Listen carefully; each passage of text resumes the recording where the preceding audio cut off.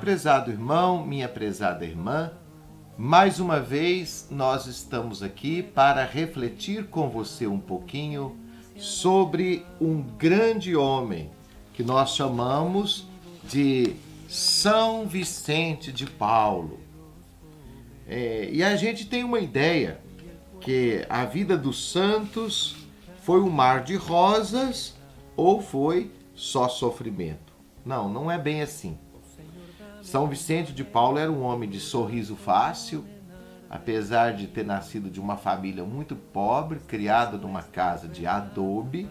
Adobe é um tijolo que não foi cozido, né? E comer carne praticamente 10 vezes, quando comia muito, era 10 vezes ao ano.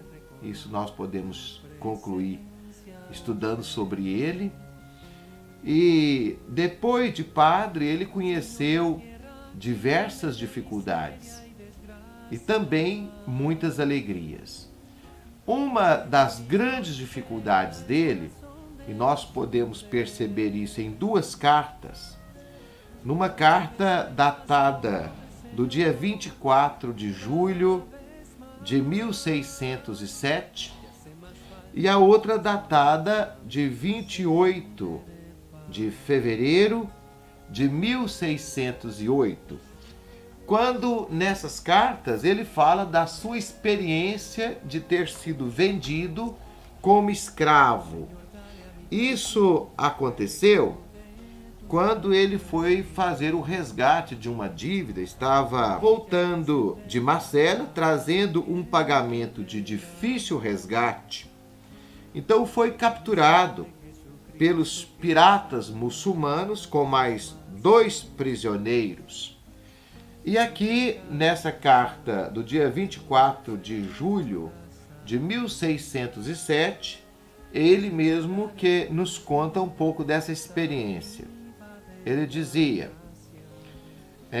lá chegando, lá onde? Em Tunis, na África, na Tunísia, lá chegando, nos expuseram à venda com o auto de nossa prisão, que diziam ter feito num navio espanhol.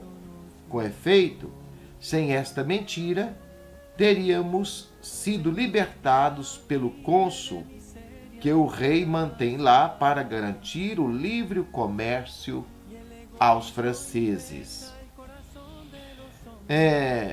E ele continua, o seu procedimento para a nossa venda foi o seguinte: depois de nos deixarem completamente nus, entregaram a cada um de nós um par de calções, um casacão de linho com uma touca, e nos fizeram passear pela cidade de Tunis, onde tinham vindo expressamente para nos vender.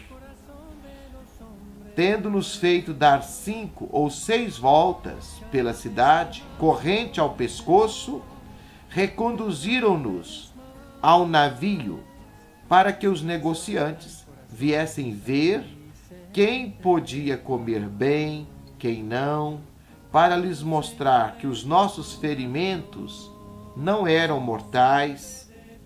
Isto feito, levaram-nos ao local onde os comerciantes vinham examinar-nos, tal como se faz na compra de um cavalo ou de um boi, fazendo-nos abrir a boca para verificar nossos dentes, apalpando-nos as costelas, sondando-nos os ferimentos e fazendo-nos andar, trotar, correr, carregar fardos e lutar para ver a força de cada um e 1000 outras brutalidades.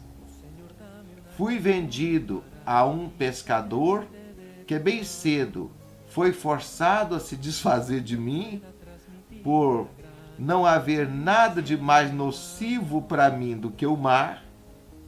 O pescador me vendeu a um médico alquimista, excelente extrator de quinta essências. homem muito humano e afável, ao qual, pelo que me dizia, havia trabalhado 50 anos na procura da pedra filosofal. Tudo em vão quanto à pedra, mas com muito êxito em outra espécie de transmutação de metais. Aqui nós percebemos, então, que ninguém entende mais de sofrimento, de pobreza, de dificuldade do que São Vicente de Paulo. E uma coisa o incomodava muito, porque de fato ele era muito inteligente, parece que era um grande administrador. Se não fosse isso, ele não teria sido nomeado depois, em Paris, como uma espécie de como capelão real das galeras. O que era isso? Eram aqueles navios grandes, barcos grandes, e os condenados prisioneiros trabalhavam naqueles barcos, remando até exaustão. Alguns morriam, outros simplesmente eram julgados no mar. E então São Vicente de Paulo dizia: me assusta muito quando vocês falam que para eu fazer coisa grande, que eu sou capaz, que eu sou grande, eu estou trabalhando aqui nesse trabalho, eu olho, mas eu não sei mais o nome dos pobres. Isso é muito bonito.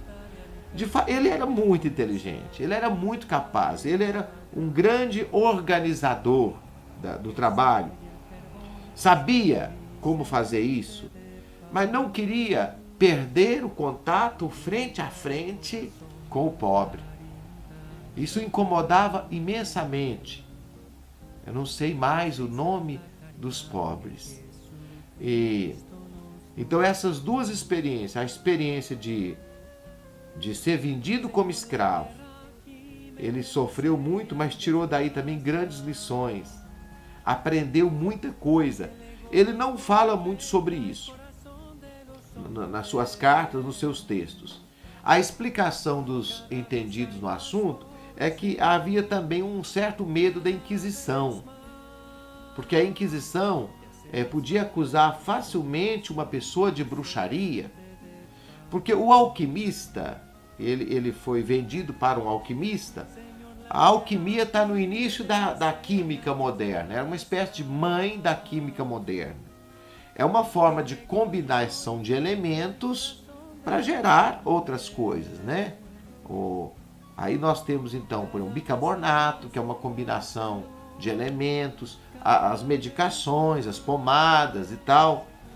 E São Vicente de Paulo aprendeu muito isso e colocou isso em prática no trabalho junto aos pobres.